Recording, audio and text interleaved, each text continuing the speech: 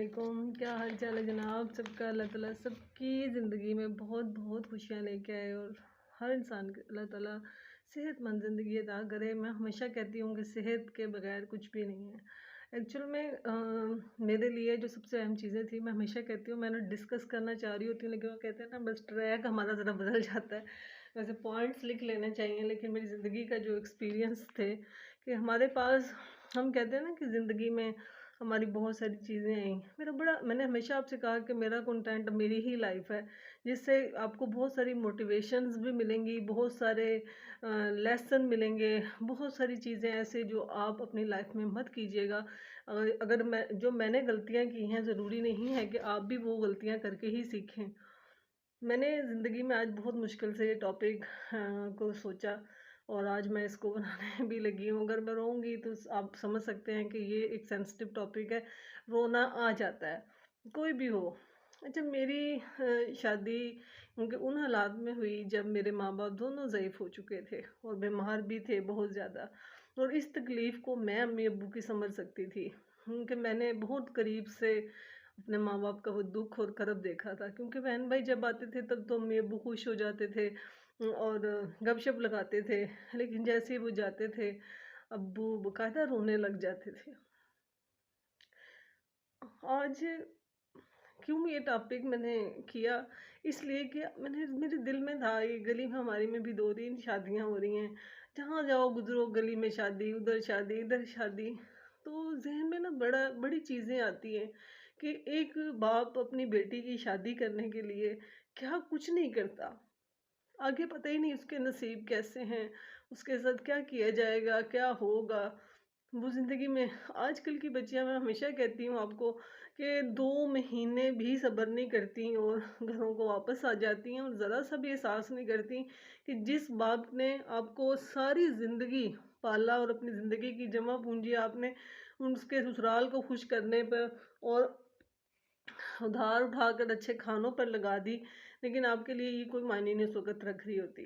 तो मैं ये बात इसलिए मैंने चूज़ किया कि जब मेरे माँ-बाप ने मेरी का शादी का फ़ैसला लिया, तो उस वक़्त शायद आज ये सब बहन-भाई भी और ससुराल वालों को भी ये सारे जो हैं मेरे बारे में कोई भी राय कि मैं मेरी क्या मसला मतलब है मसले, तो वो शेयर हो जाते हैं।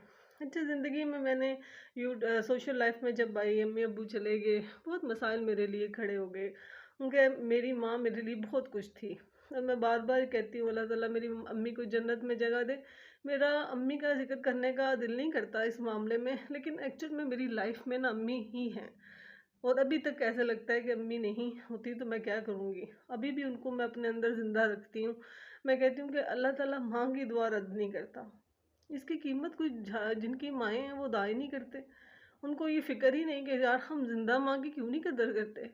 हम क्यों उस वक़्त का इंतज़ार करते हैं कि यार जब हम फूल चढ़ाने जाएँगे और उधर तरोक के पानी का डालोगे और जो उधर वो चावल फेंक दोगे, तो क्या इससे माँ की वो कसक और वो कैफ़ियत ख़त्म कर सकते हो? मैं मतलब माशाल्लाह यंग मेरे बच्चे हैं, तो मैं जब देखती हूँ ना, तो मैं कई दफ़ा सोचती हूँ कि दिमाग मेरा काफ़ी चीज़ों को भूल चुका है, लेकिन ये नहीं भूलता कि बच्चे कितनी मुश्किल पैदा हुए थे। 9 में बड़े पहला जो बच्चा था, उसका आपको पता है हर औरत के लिए बड़ा एक अजीब एक्सपीरियंस होता है।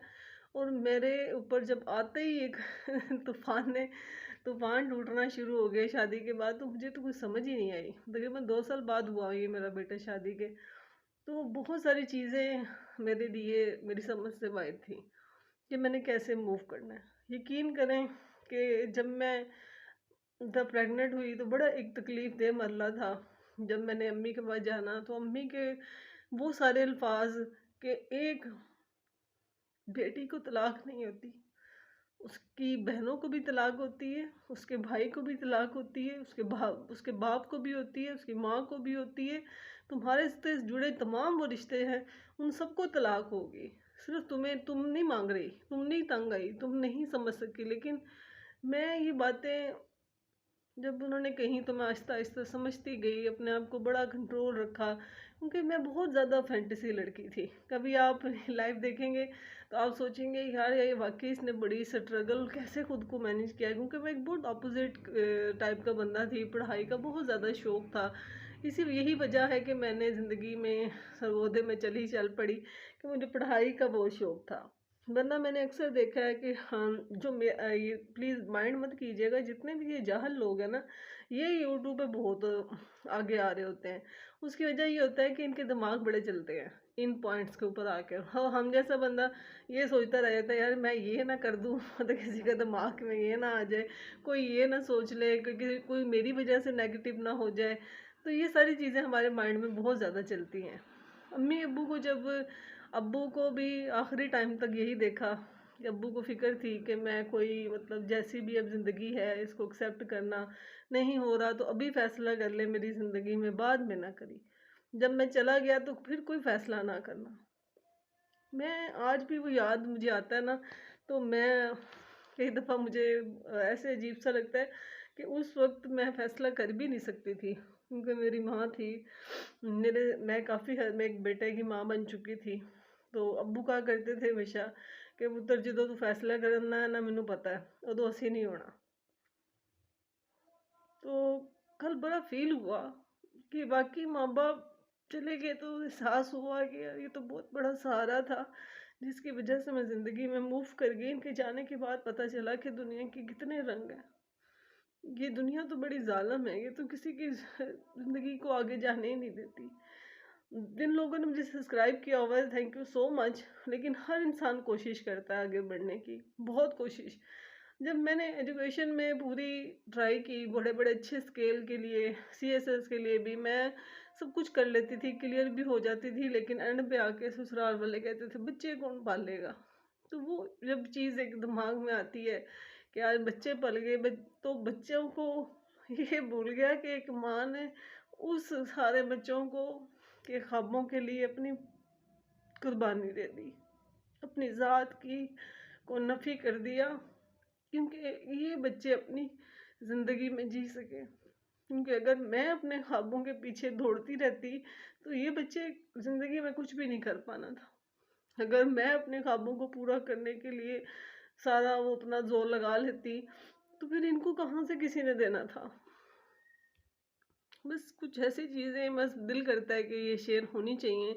पता नहीं क्यों लोग ये मड हाउस और फलानी फलानी ये ब्लॉगिंग में आकर बहुत सारी चीज़ें, बस मुझे यही, मैंने उस दिन भी यही शेयर किया था कि ब्लॉगिंग होनी चाहिए, लेकिन कई दफ़ा ब्लॉगिंग हमें जो साइड इफ़ेक्ट दे रही होती है ना, जैसे सिस्टोलॉजी ने किया, वो लंबे फंक्शंस किए, उसके अंदर कभी देखें ना, तो बेसिकली वो सिर्फ अपने शौक पूरे हुए हैं जो उसने अपने सर पे बच्ची ने किए हैं। हर औरत का, मेरे अंदर भी यही शौक है, आप मुझे छेड़ के देखें तो मैं भी यही कहूँगी, यार ब्राइडल शावर भी हो, दोस्तें भी आएँ, खुश भी हों, एक नई ज़िंदगी में आप जा रहे हो, फिर हस्बैंड भी आपकी पसंद का हो, तो फिर बहुत सारी चीज़ें आ जाती हैं लाइफ में। आप सोचते हो कि यार ऐसे मतलब काफ़ी चीज़ें पॉजिटिव आपकी लाइफ में दाखिल होने लग जाती हैं, तो इसलिए लेकिन आप अपनी खुशियों को सेलिब्रेट करो, लेकिन लोगों को दिखाओ उतना जितना दिखाने का राइट बनता है। लेकिन जब हर बंदा इस दौड़ में आगे बढ़ने की कोशिश कर रहा है और ये भूल गया है कि यार मेरी दौड़ के पीछे पता नहीं कितने लोग अपनी ज़िंदगियों से हाथ धो बैठेंगे, ये मेरी बात को ज़रूर सोचिएगा कि अपनी खुशियाँ मनाएं, ऑडी भी लें, सब कुछ करें, लेकिन दुनिया को इतना ही दिखाएं जितना का बनता है। वरना हमारी जो बच्चियां हैं ये क्यों गलत ट्रैक पे चल पड़ी, हमारे बच्चे क्यों अपनी ज़िंदगियों में 5 साल का बच्चा स्ट्रेस का शिकार हो जाता है। हम क्यों नहीं सोचते कि यार नमाज कुरान और खुदा के बगैर कुछ नहीं हो सकता। हम ये सोचते हैं कि मेरा फलाना मामा काम आएगा ना, तो मैं पता नहीं की कर लूँगा, मेरी फलानी खाला काम आएगी, फूफी आएगी, ताई आएगी, लेकिन यकीन करें कोई भी काम नहीं आता। हर जो कुछ भी है ज़िंदगी में आपने खुद ही करना होता है। आप अपने अंदर इतनी एबिलिटी पैदा करें, मैं इसलिए और मर्ड हाउस के बारे में मैं इसलिए क्रिटिसाइज़ करती हूँ कि उन लोगों ने लोगों को बेवकूफ़ बनाकर सिर्फ़ अपनी ज़िंदगी के बारे में ही सोचा हुआ है कि हमने कैसे खाना है। वो रोज़ वही बात, सुबह हो गई है, शाम हो गई है, रात हो गई है, मतलब कि कुछ तो चेंज आता है ना, उसमें आप किसी को फ़ायदा देते हो, फिर एक लोगों को आप पर्सनली जान जाते हो। अच्छा, बग्गी जो इनके साथ रहते थे, इनसे बड़ा और सबूत क्या होगा। जब मैंने बग्गी फैमिली से मेरी बात हुई, तो मैंने देखा यार ये तो मतलब बग्गी फैमिली तो बड़ी सिंसियर बच्चा था। वो जो बाजी हैं वो भी बड़ी शमशेर थी, साजिदा के साथ उसके बच्चे संभाल रही थी। लेकिन उन लोगों ने सिर्फ अपने मफाद के लिए, उन्हें पता था कि दोबारा अगर ब्लॉगिंग में ये आएंगे भी, उनके चैनल ही उनके हाथ में था। तो फिर इस वजह से बगी लोगों ने अपनी ज़िंदगी को साइड पे किया और इन लोगों ने ही गलत किया। और इनसे जुड़े जितने भी लोग हैं ना, अगर मैं कभी आपको गिनवाऊँ ना तो आप हैरान रह जाएंगे, क्योंकि जब सर आप सोशल मीडिया पे आते हो ना, आपसे बहुत सारे लोग एक आ जाते हैं कनेक्शन में। तो जब मेरे कनेक्शन में आए तो वो हर एक के को पता था कि साजिदा ही गलत है, तारा गलत है, उसने अपनी ज़िंदगी में बगी लोगों के साथ भी गलत किया। इसलिए ये सारी बातें मैंने की आज, जो मैं कर रही हूँ, कि देखो ज़िंदगी हर एक की अपनी अपनी होती है। लेकिन किसी की अगर, तो आप किसी की वाकई लेग पुलिंग करके आगे बढ़ रहे हो ना, फिर उसके लिए बोलने के लिए भी लोग बैठे हुए हैं। मेरा बहुत दिल करता है, हमेशा दिल करता है कि या अल्लाह अल्लाह ताला कोई बेहतर रास्ता खोल दे, क्योंकि मेरे से जॉब अब होती नहीं। मैंने बड़ी मुश्किल से ये चैनल को रन किया, बनाया, बहुत ख्वाबों के साथ, बड़ा क्रिटिसाइज ना मुझे किया गया, अभी तक किया जाता है। अभी तक कहा जाता है चैनल बंद कर दे, कुछ भी नहीं होना, एवं फजूल अपना सिर खपाई जा रही है। लेकिन यकीन करें, मुझे अल्लाह पे इतना यकीन है कि ये मेरी आवाज़ जो है, ये ज़रूर मुझे कामयाब करेगी और मेरे साथ बहुत लॉयल लोग जुड़ेंगे इंशाल्लाह ताला, क्योंकि मैंने कभी किसी का बुरा नहीं चाहा। तो ज़रूर बताइएगा कि मैं कहाँ तक ठीक हूँ, कहाँ तक गलत हूँ। आपके प्यार का बहुत शुक्रिया, और जितना हो सकता है सब्सक्राइब कीजिएगा, लाइक कीजिएगा, कमेंट कीजिएगा और शेयर कीजिएगा, क्योंकि इसकी वजह क्या होती है कि तब किसी को फ़ायदा हो जाता है। यकीन करें, मुझे ऐसे लगता है मैं दिन में 2-3 लोगों को कर देती हूँ ना जब, तो मुझे लगता है ये मेरा वो क्या कहते हैं, एक अल्लाह ताला की राह में एक काम हो गया, कि शायद मेरे ज़ाहिर एक लाइक करने से भी बड़ा फ़र्क पड़ता है। तो इस वजह से मैं हमेशा ये सोच के लाइक करती हूँ, जो मुझे थोड़े से भी लग रहे होते हैं ये पॉजिटिव लोग हैं, तो मैं फ़ौरन लाइक कर देती हूँ। तो इस वजह से कोशिश किया करें कि कुछ लोगों को आप लोगों ने ही आगे आने, मैंने या आपने ही आगे लाना है। तो मेरी इस कोशिश को और मुझे ज़रूर बताएं। मैंने आपसे पहले भी शेयर किया कि ब्लॉगिंग का मुझे थोड़ा इशू है, लेकिन इसके अलावा भी कोई काम मैं कर सकती हूँ यूट्यूब पे, तो मुझे ज़रूर शेयर कीजिएगा। लेकिन ज़्यादा से ज़्यादा सब्सक्राइब कीजिएगा और जल्दी जल्दी से मेरा वॉच टाइम कंप्लीट कराइएगा। ओके, टेक केयर, इंशाल्लाह मिलते हैं दोबारा।